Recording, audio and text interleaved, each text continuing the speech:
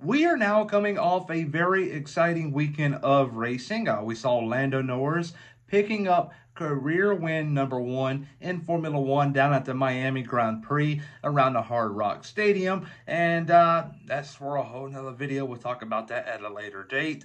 But we also saw the NASCAR Cup Series out in Kansas and Kyle Larson getting the job done there in an epic photo finish, the closest of all time.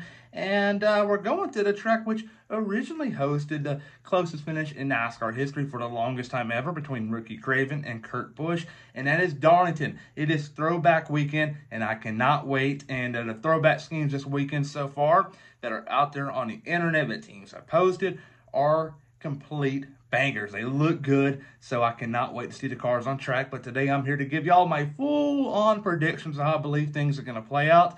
But enough said here, and on to the intro we go. I'm Chase Briscoe, driver number 14 Ford Mustang for Stewart Haas Racing, and you're watching William Blackwell on YouTube.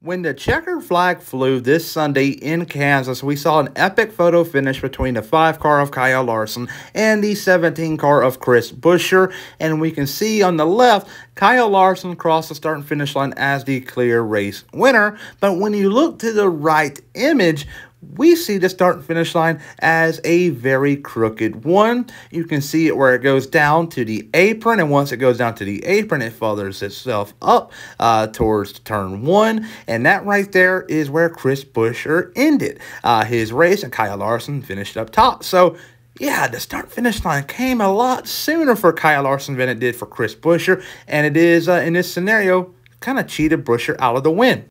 Going into Darlington, there are 3 races this weekend for Ford to end a winless streak in 2024. You got the Craftsman Truck Series race Friday night. I don't see it happening there. None of the Ford drivers in that series are really competitive so far in the 2024 campaign. Xfinity, yeah, you got Ryan Sieg, you got Cole Custer and Riley Herbst, Haley Deegan, but I really don't want to count her, Matt DiVendetto, Kyle Sieg, and Blaine Perkins. I don't got a good feeling there either.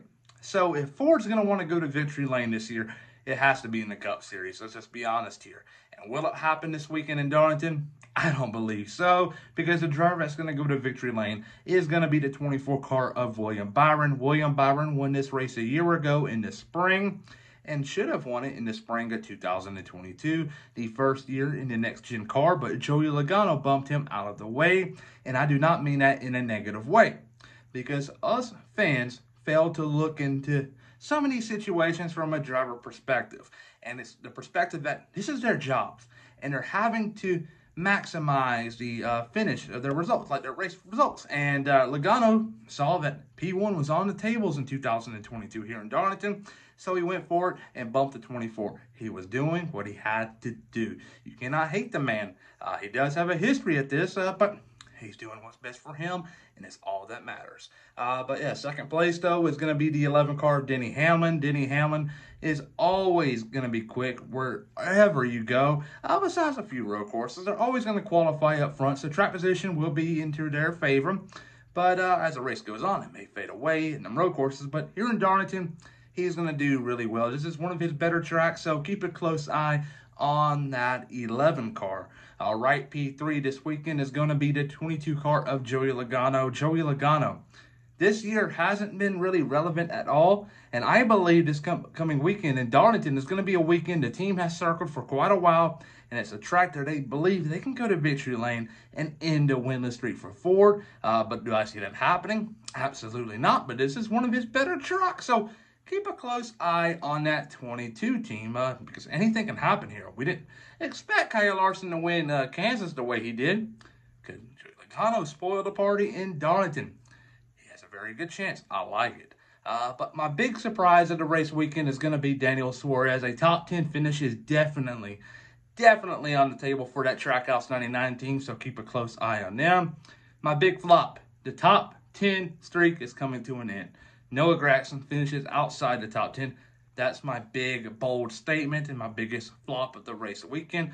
But what do you think about it all? Comment down below. Please like and subscribe.